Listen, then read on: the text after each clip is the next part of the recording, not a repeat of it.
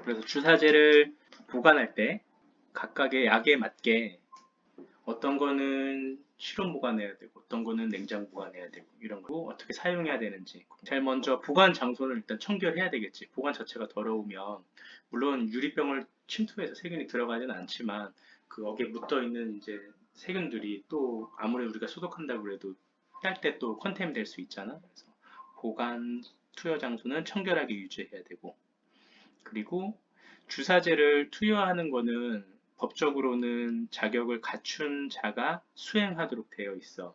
그래서 원칙적으로는 의사, 치과 의사가 해야 되고 의사, 치과 의사의 감독 하에서 간호사 또는 간호조무사가 할 수 있다. 그럼 치의생사는 이걸 할 수 있느냐라고 한다면 법적으로는 아직 그 안에 들어가 있지 않아. 왜냐면 의료인이 아니고 의료기사로 아마 되어 있을 거야. 그래도 판결에서는 이런 소송에서 판결에서 CCTV 내 의사가 보고 있고 거기서 이제 넣어주는 거에 대해서는 오케이가 나왔었거든. 뭐 어떻게 바뀔지는 모르지만 아무튼 웬만하면 내가 넣고 어, 진짜 안 될 때는 도와달라고 얘기하고 표면의 오염을 좀 방지할 필요가 있고 그리고 일반적인 비누나 향균 비누를 사용해서 깨끗이 소독하라고 되어 있고 그리고 투여 전에 그 환자한테 찌를 때라든지 또는 우리 수행 라인에 넣는 곳 있잖아. 거기에 넣을 때도 반드시 소독을 한 다음에 알코올솜 정도로 소독을 하고 알코올솜이 이제 증발한 다음에 이제 넣어주면 된다. 그리고 주사기나 주사침은 재사용하지 않지 당연히 쓰고 버리지. 한 환자에 대해서 추가적으로 점진하는 건 되는데 이걸 썼던 거를 다시 또 쓰면은 안 되겠지.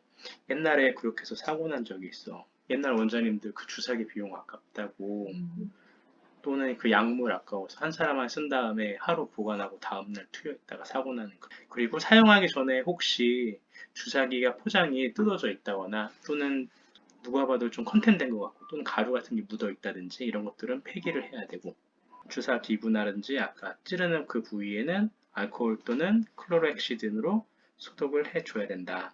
그리고 주사제를 사용할 때는 내 스스로 자신을 보호해줘야 돼. 제일 많이 실수하는 게 뭐냐면 그 수행 라인과 익스텐션 튜브를 연결한 데에다가 우리가 약을 넣잖아. 그때 이거를 푹 찔러서 그 고무를 뚫고 내 손을 찌를 수가 있어서 항상 주사기가 들어가는 방향에서 손을 엄지나 집게손가락을 대고 있으면 찌를 수가 있으니까 빼서 찔러야 된다. 그리고 마약류나 향정 같은 경우에는 그냥 일반 밖에다가 보관하는 게 아니고 금고에 보관을 해줘야 된다. 그래서 우리 금고에 보관하고 있지. 다만 냉장 보관을 해야 되는데 금고가 냉장고에 들어가지 않는 경우 이런 경우에는 금고 안에 원래 아이스팩을 넣는다든지 아이스팩을 하루에 한 번씩 교체해 준다든지 이런 식으로 해결을 해야 돼. 알겠지? 아니면 냉장고에 자물쇠로 보관을 하는 방법. 그 쓰고 남은 약을 재사용했다가 사고가 난 적이 옛날에 KBS에서 방송한 적이 있어. 결국에는 형사고발됐지. 여자가 죽었거든. 프로포폴 아까우니까. 왜냐면 우리가 쓰는 게 12ml짜리 프로포폴을 쓸 거야 아마. 근데 이게 20ml짜리 용량이 좀 큰 것들이 있거든. 근데 막상 환자한테 사용할 때는 6mm, 7mm밖에 안 쓰는 경우들이 있지. 그래 아까우니까 그걸 보관했다가 쓰다가 근데 이 프로포폴 같은 경우에는 잘 상하는 첨가제가 들어있잖아. 그래서 그것 때문에 그리고 유리 그 주사제를 뜯을 때 그걸 이렇게 탁 뜯는 순간 깔끔하게 잘라지는 게 아니고 간혹 가루들이 떨어지는 경우 본 적 있어? 그때 어떻게 해야 돼? 폐기해야 돼. 근데 다만 미다 폐기하려고 그러면 상당히 복잡하잖아. 그래서 뜯을 때 유리가 떨어지지 않도록 뜯어야 돼. 여기 V자형 홈이 떨어질 수 있도록 요 점 포인트에서 반대 방향으로 꺾어줘야 되는 거지. 그러면 웬만하면 유리 조각이 떨어지지 않아. 머리 부분이 위를 향하도록 잡고 그리고 머리 부분에 약물이 남아있으면 안 되니까 그거를 살살살 때려서 약물이 밑에 다 떨어질 수 있게 만들어 놓은 다음에 세워놓고 딱 제거하는 거지. 90도로. 엄지와 검지를 붙잡고 다른 손으로 몸통 부분을 잡는다. 이런 얘기들이 나오지. V자형 홈 바로 위에 표시된 점이 있는데 그 점을 앞쪽으로 향하게 한 다음에 이 점을 보면서 양손에 엄지와 검지로 앰플을 감아준 후 뒤쪽으로 가볍게 절단하면 된다. 그런데 애들이 옛날에 이게 자기 손에 찔릴까봐 무섭잖아. 처음에 안 해본 사람들이. 그래서 어떻게 하는 사람들이 있었냐면, 요거는 지금 요 사진은 바르게 절단하는 모습이야. 양손 집게와 검지로 요 홈 밑에 몸통 부분을 잡고 나머지로 이 점 위에 부분을 잡은 상태에서 이렇게 꺾어주는 거지. 그리고 이 사람들은 감염 예방을 위해서 환자나 글러브를 끼고서 하는 모습도 있어. 이거 어떻게 되겠냐? 저렇게 하면 안 되겠지. 실제로 저렇게 한 친구들이 있었어. 그리고 이제 유리병 안에 있는 약물을 채취할 때는 몸통 부분을 비스듬하게 잡고 만약에 떨어졌을 때를 대비해서 혼합된 유리 바닥이 앰플 바닥에 가라앉도록 조금 기다려 준 다음에 위쪽을 빨아들이라. 주사기 침이 필터가 있는 것들이 있어. 이렇게는 거꾸로는 백으로 들어올 수도 없고, 그 가루들이 들어오는 거를 막아줄 수 있는 필터가 있고, 우리는 필터가 없으니까 깨지지 않도록 하는 게 좋겠지. 베벨, 주사기 바늘을 보면 베벨이 이렇게 있잖아. 그 베벨이 밑쪽으로 향하게 한 다음에 앰플에 절단면에 비스듬하게 넣고 이 주사기 침이 앰플 바닥에 해서 묻어지지 않도록 해주는 게 좋다. 그리고 주사기 내로 공기가 들어가지 않도록 베벨이 약물에 완전히 잠긴 상태에서 해주면 되겠지. 공기가 가능하면 들어가지 않도록 짜주고 공기가 들어간다면 쳐서 다 빼줘야 된다. 그리고 우리 수행 라인 연결할 때도 그 수행 라인에 공기가 들어가지 않도록 미리 막아놓고 짜준 다음에 천천히 흘려 보내주는 게 좋다. 주사침이 절단면에 닿지 않도록 해서 유리 앰플로부터 액을 빼내도록 한다. 공기방울을 제거하는 게 전 처치가 필요하다. 짜내는 방법은 이 그림처럼 약물에 충분히 잠길 수 있도록 그림처럼 나오네. 베벨이 밑으로 가게 하고 여기 보면 공기가 사실 들어갈 수밖에 없죠. 어느 정도. 그래서 거꾸로 뒤집은 다음에 주사기 쳐서 공기가 위로 올라오게 하고 어느 정도 액이 날아가는 것을 감안하고서 공기를 제거해 줘야 되겠지. 우리가 쓰는 약물에 대해서 한번 알아보자. 먼저 쓰는 게 미다졸람이지. 성분은 벤조다이아제핀. 그 중에서 우리가 주로 쓰는 거는 미다졸람이지. 다이아제팜은 수면제나 진정제로 많이 쓰이고 아티반도 마찬가지지. 이 수용체가 가바가 있으면 거기에 리셉터들이 되게 많아. 이 리셉터에 어떤 자극이 들어가게 되면 그걸로 인해서 우리 몸의 긴장을 완화시키든지 호흡을 억제시킨다든지 이런 식의 반응을 일으키게 돼 있거든. 그 중에서도 미다졸람이 반응하는 수용체가 있고 프로포폴이 반응하는 수용체가 있고 각각이 다른 거지. 그래서 다른 약들을 같이 써버리면 반응이 같은 용량을 넣지 않아도 두 약을 섞었으면 억제가 훨씬 더 커질 수가 있는 거지.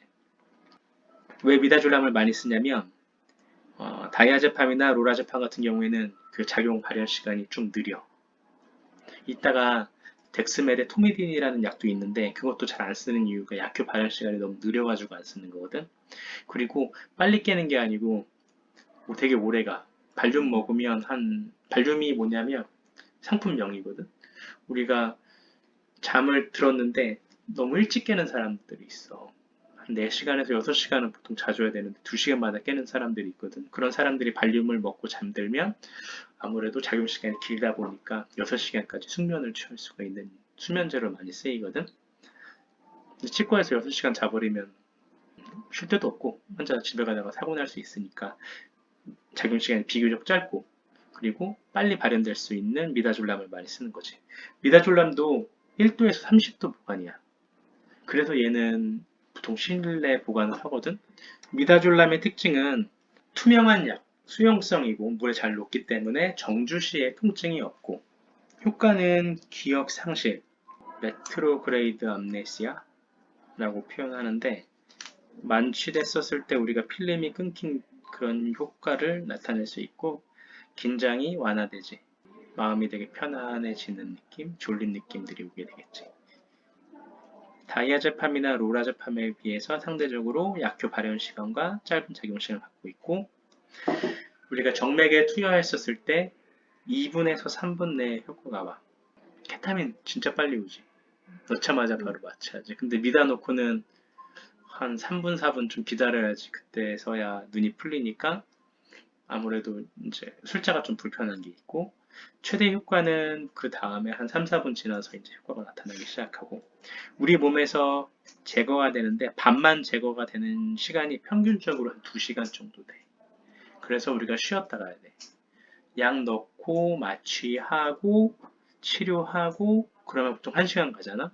그 다음에 1시간 정도 보통 주의사항 설명, 그때 주의사항 설명하는 게 사실상 그래서 기억이 안 날 가능성이 높은 거예요. 계속 누적, 계속 우리가 뭐 3mm 넣고 2mm 넣고 이렇게 하게 되면 효과가, 누적 효과가 일어나겠지. 왜냐면 반감기가 2시간이니까 2시간 이내에 계속 약이 들어간다면 약이 우리 몸에서 계속 용량이 늘어나게 될 거고, 그러다 보면 어느 순간 호흡이, 숨을 쉬지 않고 혈압이 떨어져 버리겠지. 심박수가 빨라지는 효과가 있어. 박출량이 줄어들고 호흡이 줄어드니까 상대적으로 우리 몸에서는 피를 많이 보내게 하기 위해서 심박동수는 높아지려고 하는 경향이 있지. 그래서 미다 넣게 되면 양이 조금 많이 들어가게 되면 환자가 숨을 적게 쉬니까 산소 포화도는 떨어지고 심박수는 올라가는 경향이 있었지. 이따가 나오겠지만 케타민 같은 경우에 좀 달랐지. 케타민 넣는 사람들은 심박동수가 오히려 떨어지려고 하는 효과가 있어. 혈압이 높아지려고 하는 효과가 있고. 그래서 같이 쓰게 되면, 미다랑 같이 쓰면 미다가 뚝 떨어지는 거에 비해서 상대적으로 떨어지는 게 줄어.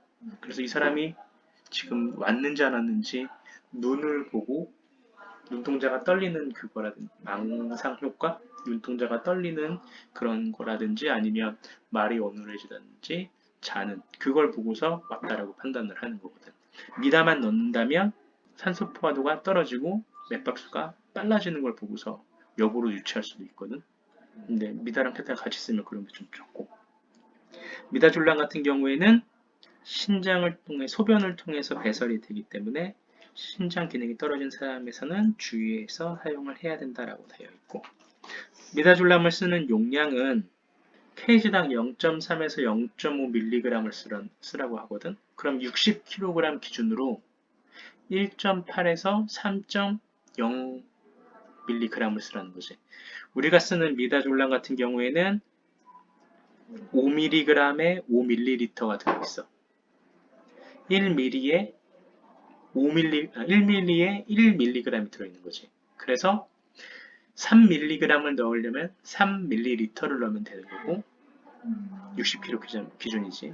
체중이 좀 많이 나가는 사람은 조금 더 넣어야 되겠지. 체중이 적게 나가는 사람은 좀 덜 넣어야 되는 거. 이렇게 나오는 것도 있고, 15mg을 3ml에 넣은 것도 있어. 1ml당 그럴 경우에 몇 g이 들어있어?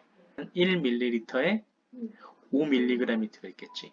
작은 용량에 많은 농도가 있으니까 정주할 때 좀 부담될 수 있잖아. 그래서 이거는 근육 주사할 때, 애기들 맞출 때 이걸 좀 많이 쓰게 되고, 이거는 정주할 때 쓰는 거고. 따라서 60kg 기준으로 3ml를 넣으려고 그러면 3ml를 넣으면 되겠지. 그리고 추가 티유가 필요한 경우 바로 넣는 게 아니고 조금 환자가 인덕션 될 때까지, 최대 효과가 3에서 4분 뒤에 나타나다 보니까 조금 기다렸다가 투여하는 게 좋고 급하게 넣지 않는 게 좋아. 그리고 다른 진통제나 다른 진정제와 같이 쓴다거나 환자가 나이가 많거나 전신 건강 상태가 떨어져 있고 이런 사람들한테는 50% 이상을 감량하라고 그래. 그래서 같은 60kg이지만 고령인 경우, 만 60세 이상일 경우에, 그럴 경우에는 3ml부터 시작하는 게 아니고 1.5ml를 넣고 시작을 하는 경우가 많지. 1.5에도 바로 자는 어르신들이 되게 많아. 숨 안 쉬는 경우도 있었어. 미다졸람의 가장 큰 부작용은 역시 숨을 안 쉬는 거야. 그런데 우리가 쓰는 약 중에서도 이 약은, 미다졸람은 가장 안전한 진정제라고 우리가 얘기하는 이유가 기량제, 역전제가 있거든. 미다졸람이 가바 리세터에 붙는 거를 오히려 기량하는, 반대해주는 플루마제닐, 명문껏 쓰지. 각성되면서 바로 숨을 쉬게 되겠지. 플루마제닐 같은 경우에는 역시 미다졸람과 똑같이 1도에서 30도 이하에서 보관하라고 되어 있고, 얼게 보관하면 안 돼. 유리병 깨질 수가 있다. 냉장 보관을 하거나 실온 보관을 하면 좋을 거고, 플루마제닐을 쓰는 방법은 5ml에, 여기 보면 5ml에 0.5g 들어가 있어. 그러니까 1ml에는 0.1mg이 들어있는 거고, 응급으로 사용할 때에는 0.2mg, 즉 2ml를 먼저 짧은 시간 내에 정주하고, 그래도 의식이 돌아오지 않는다면 추가적으로 1mm, 1mm 이런 식으로 정주를 더 할 수 있고, 최대 용량은 한 앰플 정도라고 보면 돼. 미다졸람을 했을 때 주의사항 뭐가 있을까? 요건 알아야 되겠지? 수면 치료가 끝났어. 바로 일어나서 엑스레이 찍고 막 끌고 가면 안 되겠지. 체어에서 일어날 때 졸리고 어지럽고 하기 때문에 자리에서 일어날 때도 천천히 일어나야 되고, 혈압이 떨어져 있는 상태이기 때문에 급격한 위치 변화, 머리에 변화가 있으면 쓰러질 수가 있겠지. 그리고 걸어 다닐 때 자기가 완전 술 취해 있는 상태이기 때문에 운동신경이 제대로 반응하지 않기 때문에 부축해서 움직여야 되고, 그리고 약이 작용 시간이, 반감기가 긴 사람이 아까 2.6시간인가 나오거든? 근데 더 긴 사람도 있을 수가 있단 말이야. 4시간, 5시간도 갈 수가 있어. 그래서 그날은 가능하면 운전을 한다거나 기계 조작을 한다거나 위험한 작업 또는 중요한 결정을 해야 되는 일이 있다면 반드시 연기해야 된다는 걸 해야 돼. 약을 먹을 경우에 상승작용을 예측할 수 없으므로 최소 12시간 동안은 술 마시는 거를 하면 안 되겠지. 임산부나 수유부한테는 가능하면 쓰지 않는 게 좋을 거고, 플루마제넬 같은 경우에는 주의사항이 얘도 있어.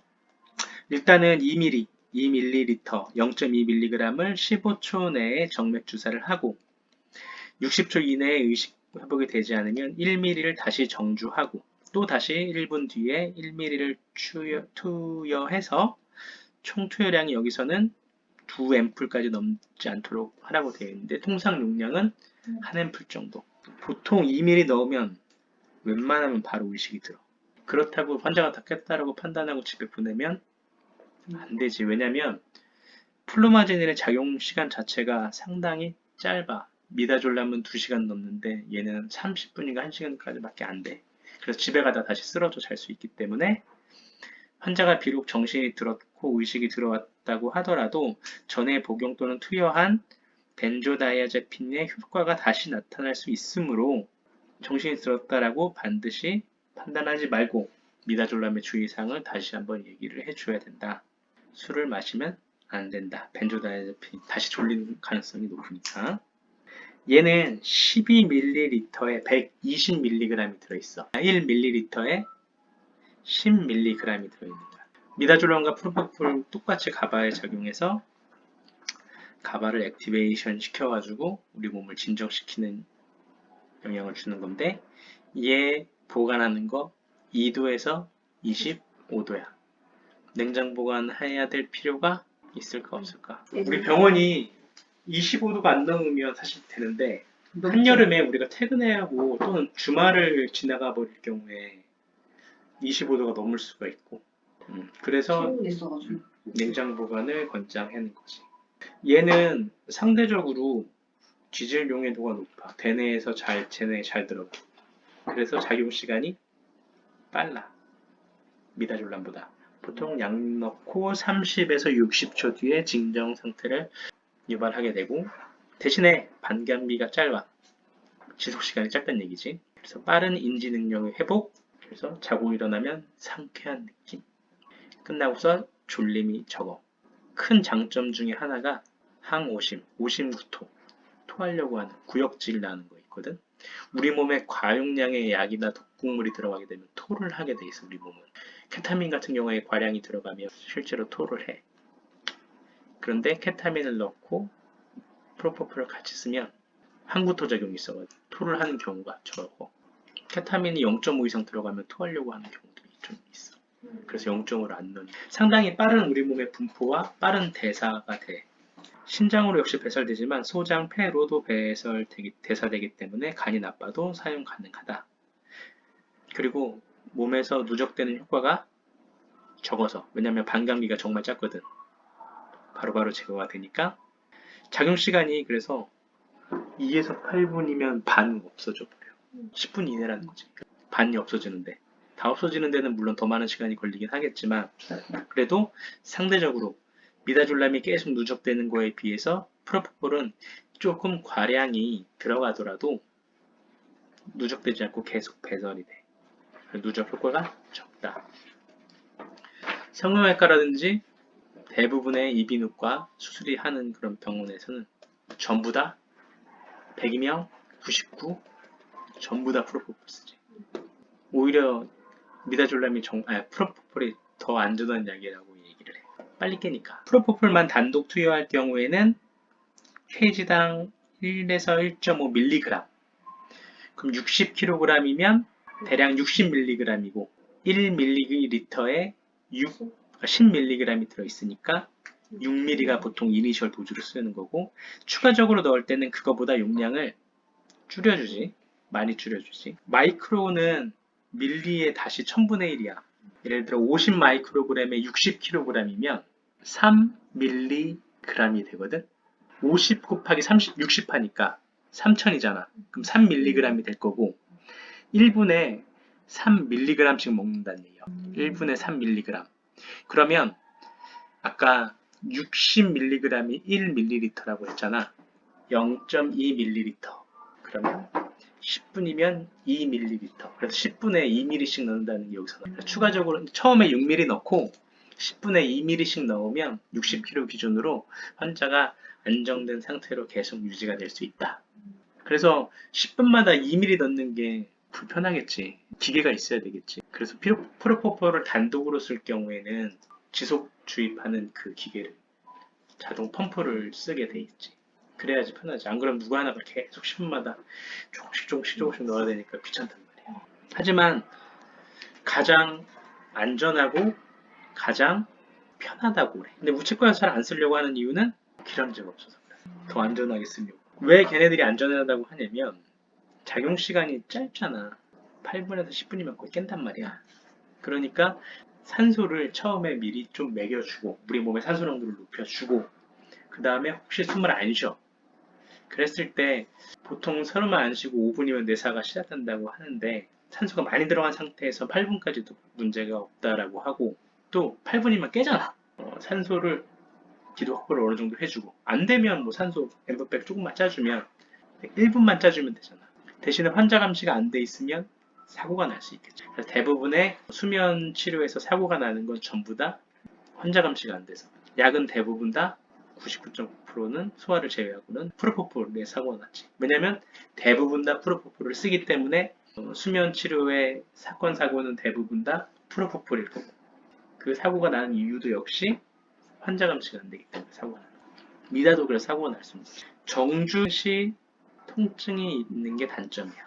지용성이기 때문에 혈관에 들어갈 때 통증이 있을 수가 있고, 그래서 이거를 없애려고 이 리도카인 주사 1%짜리 요거를 2에서 3ml를 미리 정주를 해 놓는 거죠. 그럼 정맥내가 통증에 대해서 진통 효과를 갖게 된 상태에서 이제 프로포폴 들어가니까 통증이 덜하는 거지. 두 번째 단점은 호흡 억제와 심혈관 기능의 억제를 유발하는 게 미다졸람도 마찬가지지만 프로포폴도 역시 호흡 억제와 심혈관계 기능 억제가 있어. 그리고 다른 약제와 병용 투여 시 감량을 해야 되고, 미다졸람 같은 경우에는 심장이 빨리 뛴다고 그랬잖아. 산소가 떨어지니까 그걸 보상하려고 때린단 말이야. 근데 프로포폴 같은 경우에는 심장을 빨리 뛰게 하는 장점이 있어. 비타민하고 약간 비슷한 효과지. 미다졸람은 심장이 빨라지는데 얘네들은 빨라지지 않지. 아편 유사제 뒤에 나오긴 하는데 오피오이드나 펜타닐 같은 마약성 진통제랑 같이 쓸 때는 심한 섬액을 유발할 수 있다. 심장이 천천히 뛴다는 얘기야. 프로포폴이 치과에서 위험하다고 안 쓰는 이유 중에 하나는 세이프티 마진, 안전력이 상당히 작기 때문이야. 이게 무슨 얘기냐면 우리가 약을 쓸 때 용량을 늘린단 말이야. 그래서 거기에 대한 효과, 그 중에서 우리가 원하는 효과가 있고 부작용이 일어나는 효과가 있단 말이야. 용량이 늘어나면 당연히 부작용이 늘어나겠지. 프로포폴의 가장 큰 부작용은 호흡 억제란 말이지. 내가 원하는 효과가 이 정도고 부작용이 최소한의 부작용이 이거라면 여기서부터 요 용량 사이를 써야지 안전한 거야. 근데 이 세이프티 마진이 적다는 얘기는 원하는 효과를 내는 용량과 깊은 진정, 호흡 억제가 오는 그 용량 사이의 간격이 상당히 좁아. 그렇게 되면 조금만 용량을 더 많이 넣게 되면 환자가 숨을 안 쉬는 일이 벌어진다는 거지. 잘 자다가도 조금만 그 선을 넘어가게 되면 잠을 안 자. 그런 상태에서 기량제가 없으니까 더 위험할 수가 있는 거죠. 우리가 알아야 될 주의사항은 알러지에 대해서 알아야 되겠지. 첨가제에 정제, 대두유, 글리세롤, 수산화툼 이런 것들이 들어있는데 그 중에서도 이 콩 알러지가 있는 사람들이 많아가지고 콩 두유 알러지가 있으면 요거를 쓰지 않는 게 좋다. 그 다음 쓰는 약은 케타민. 소아에서 사실 많이 쓰지. 치과에서. 또는 소아가 외상에서 이 진통 효과가 있고 작용 시간이 진짜 빨라가지고 그리고 얘 다른 이름이 얘는 해리성 마취제라고 보통 표현하거든. 아까 미다졸람 같은 경우에는 레트로그레이드 암네시아, 전향성 기억 상실, 술 취한 상태. 얘 같은 경우에는 해리, 현실과 분리가 된 우주에 가 있는 그런 상황. 어떤 거냐면 케타민 넣었을 때 환자들 눈 본 적 있니? 눈 떠 있는데 이렇게 있는데 눈이 이렇게 움직이고 있어. 어째 눈을 떠. 얘 같은 경우에는 강력한 진통 효과가 있다. 그래서 우리 미다만 놓고 환자 어느 정도 이제 졸린 상태에서 마취하려고 그러면 깨면서 저 지금 하는 거예요? 이렇게 묻잖아. 그 파라독설 이펙트라고 미다졸람의 단점 중에 하나가 뭐냐면 우리가 원하는 효과는 자는 걸 원했는데 오히려 역설적 반응이 일어나는 게 반대로 더 날뛰게 되는 게 꽤 많아. 우는 사람도 있고 막 난동치는 사람들도 있어서 패디를 누는 거 있잖아. 그런 경우들이 있거든. 역설 반응이 오면 원칙적으로 모든 시술을 다 멈추고 집에 보내야 돼. 환자는 기억 안 나. 한번 그럼 다음에 또 그래요? 가능성이 높아. 그래서 약을 바꿔야 돼. 미다 썼는데 저 왜 안 자요 하면 그때 케타민 넣어도 돼. 그래서 되게 편해. 또는 프로포폴 넣어도 편한데 케타민을 먼저 쓰는 이유는 저 왜 깼어요. 그리고 생각보다 미다졸람이 역설 반응이 일어나는 게 거의 없어. 최대 작용 발현 시간이 30초에서 60초. 최대 효과는 1분. 넣고 환자가 눈동자가 떨리면 1분 이내에 마취하라는 얘기지. 물론 1분에서 10분 사이의 작용 시간이 있어. 프로포폴과 어떻게 보면 상당히 비슷하지. 비타민을 넣었을 때는 바로 우리가 진행을 할 수 있게 마취도 준비해야 되고 마취하자마자 바로 진료를 볼 수 있도록 준비를 해놔야 돼. 케타민이 들어간다? 이제 시작한 거야. 근데 케타민 들어가고 뭐 다른 거 하고서 이제 그때부터 준비해서 10분 뒤에 들어가려고 그러면 똑같이 미다졸람하고 똑같이 반응해. 미안한데요? 지금 하는 거 아니죠? 이렇게 물어봐. 그때부터는 미다를 더 쓰는 건 좀 뭐 의미가 사실 없는. 물론 미다를 더 써서 재워도 되긴 하지만 미다가 너무 많이 들어가게 되지. 얘 같은 경우에는 5mm에 250mg이거든. 그럼 1mm에 50mg이 들어있다는 얘기야. 초기 투여량은 진정할 때 쓰는 투여량은 kg당 1mg, 60kg 기준으로 60mg. 그러면 아까 1mm에 50mg이 들어가 있었잖아. 그러면 대충 1ml를 쓰면 된다는 얘기지. 근데 이건 단독 썼을 때 얘기고 우리는 미다랑 같이 쓰니까 0.3에서 0.5 이내로 쓰는 거고 0.5가 넘어가면 구토, 오심이 늘어나게 돼 있고 또 침이 많이 나와. 저번에 한 분이 진짜 많이 나왔는데 그래서 적정 용량은 우리는 케타민 단독으로 쓰지 않아. 왜냐하면 작용 시간이 너무 짧아가지고 추가적으로 계속 넣어야 되는데 추가적으로 계속 넣게 되면 단점이 토할 수 있고 타입분비가 증가가 되기 때문에 미다를 같이 쓰는 거고 이니셜 마취할 때 조금 환자가 더 진통 효과로 편하게 받으라고 요걸 넣는 거지. 성인 환자에게 사용했을 경우에 10명 중에 3명에서 악몽 이거 근데 괜찮았다고 하시는 분도 10명 중에 7명은 괜찮은데 10명 중에 3명에서는 환각, 악몽, 선망. 근데 기분 안 좋은 느낌이거든. 나타날 수 있다. 얘는 보관은 15도 이하에서 보관해야 돼. 얼면 안 되기 때문에 당연히 1도에서 15도가 되겠지. 그 다음 약은 덱스메드토미딘인데 아까 안 쓴다고 그랬어. 미다졸람, 그러니까 발륨처럼 다이아제팜이나 로라제팜처럼 느린 약품 발현 시간. 저게 짜증나고, 두 번째 상대적으로 거의 쓸 일이 없는데 약값이 비싸. 그래서 요거는 그냥 넘어갈게. 그 다음에 소화에서 쓰는 클로랄 하이드레이트, 요것도 넘어가도록 할게. 그 다음에 이제 진통제, 마약성 진통제, 합편 유사제, 우리가 만든 거야. 생합성한 거지. 제약회사들이. 진정한 수면 치료의 끝이 사실 얘야. 작용 시간도 진짜 빠른데 그 진통 효과가 케타민보다 훨씬 크고 기분도 정말 좋아지고, 이 마약성 진통제를 케타민 대신에 먼저 넣고 그 다음에 마취하고 미다졸람 쓰면 거의 똥 간다고. 그리고 미다졸람보다 프로포폴을 쓰면 더 만족도가 높지. 여러 가지 약이 있는데 우리가 치과에서 쓰는 거는 요거 레미펜타닐. 진정제와 적절한 진통제를, 사실 진통제로 나오거든. 통증을 정말 최소화하고 작용 시간이 정말 짧고 진정의 깊이를 조절하기가 되게 좋고, 그러다 보니까 시술자의 만족도도 증가하고 환자의 만족도도 증가해. 우리 병원에 수술 받은 다음에 입원하면 환자가 저 너무 아파요 그러면은 지가 막 누르잖아. 그러면 어떤 약 들어가는 거 알지? 아플 때 누르는 무통주사? 이거야. 단점이 호흡 억제와 혈압 감소가 있어. 특히 다른 진정제와 같이 썼을 경우에는 호흡 억제가 조금 더 심해질 수 있는 단점이 있지.